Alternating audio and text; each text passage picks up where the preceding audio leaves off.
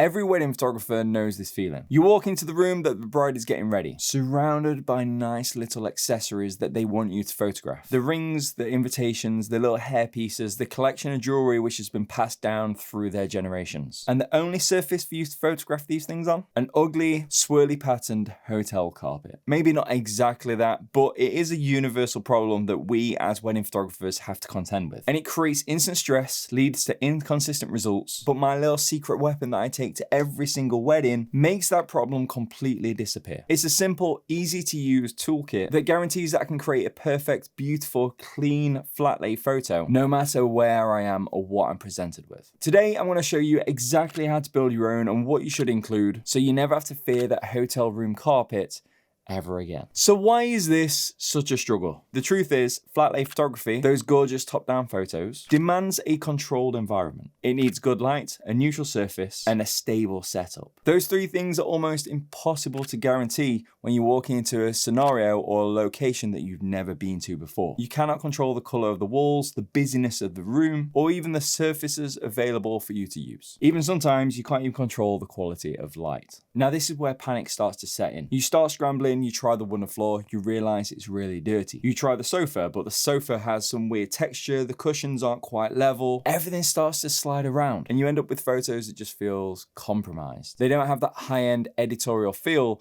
that your couples have sent through from their massive Pinterest board. The photo that you're taking isn't what they expect in their wedding gallery. Now, this little system, this little cheat that I have, it's portable, it's repeatable, and it wipes out all that uncertainty and unpredictability from doing these photos. It's built from 3 core components that help solve all of these issues. And it lets you walk into the room, find the nearest and brightest window, and know with 100% certainty that you are about to create magic. The first part of this system is the styling essentials. These are the small foundational pieces that help you with the composition. They also might help you with the height, add a little bit of color to it. Think of these as the supporting actors that make the main pieces your star. First up, trinket trays. These are absolutely lifesavers. You can find beautiful ceramic dishes, metal dishes, anything you want at places like Amazon for cheap. They're perfect for holding the rings, earrings, and other small jewelry and creating a clean, intentional space for them in the shot so they don't look like an afterthought. I currently have these 3 different designs, but over time, guaranteed this is gonna grow. A great flat lay photo should never be completely flat. It needs a little bit of dimension. Risers help you lift certain objects, perhaps the main invitation, a ring box. This helps to add depth and guide the viewer's eye. I have plenty of these acrylic blocks in the bag. The reason I use the acrylic ones is because sometimes they're on show and I still want them to look really pristine. However, not gonna lie, sometimes these can be expensive depending on where you buy them from. And if you're gonna do your flat lay photos so the blocks aren't on show, you're going to use them just to raise things up a little bit, then you could go for simple wooden blocks that you buy from somewhere. Just buy the wood, cut it down to size, put them in your bag.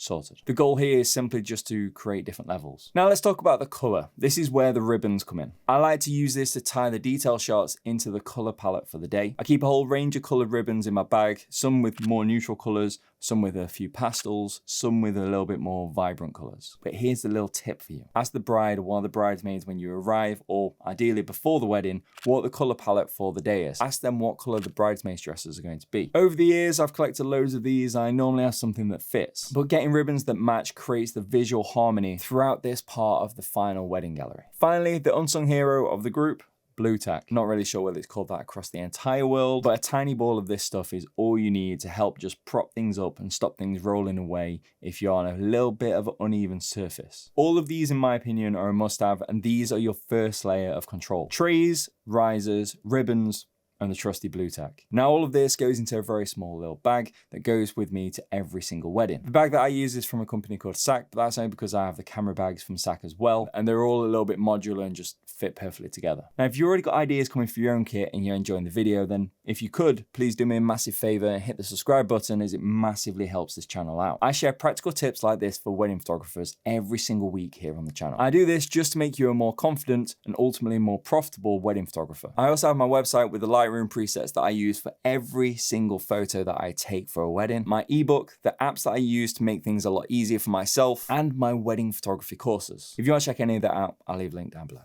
Now for the second and honestly probably the most transformative part of this toolkit, the backgrounds. This is what completely eliminates any of the ugly backgrounds that you may have when you walk into that hotel room or wherever you're going to be that morning. If you can't find a surface, just bring your own. For years, I messed around with fabric. I used to get up in the morning and sit and iron everything out and then have to transport this really flimsy piece of fabric from my home to a wedding venue maybe 2 to 3 hours away. Honestly, it was an absolute nightmare. I will never do that again. And then I discovered the world of durable, textured, rollable background mats. I have a small collection of 2 foot by 3 foot mats that I rotate between. I got a selection of 5 of them from Amazon. Only 2 or 3 of them I really use. The other colors weren't quite my vibe, but the 2 to 3 that I use have been amazing for me and could see you through multiple seasons. However, recently I bought some from a company called Blueberry Backdrops in the UK, and I have 4 that cover almost any situation that I will find myself in. A warm one that looks quite frankly lovely, a more natural stone color, a gray, and a white. And all of these have some form of texture and something going on inside them. So what makes these mats so much better? It comes down to 2 simple things. Firstly, they have a matte finish. That matte finish just eats that light, so you're not going to get any horrible glare going off. Secondly, they're designed with somewhat specific colors in mind, especially the ones from Blueberry Backdrops. So this means that they look visually appealing from the get-go. These backgrounds are your guaranteed clean slate. With one of these rolled out on the floor next to a nice window, it doesn't matter whether you was in the most perfect palace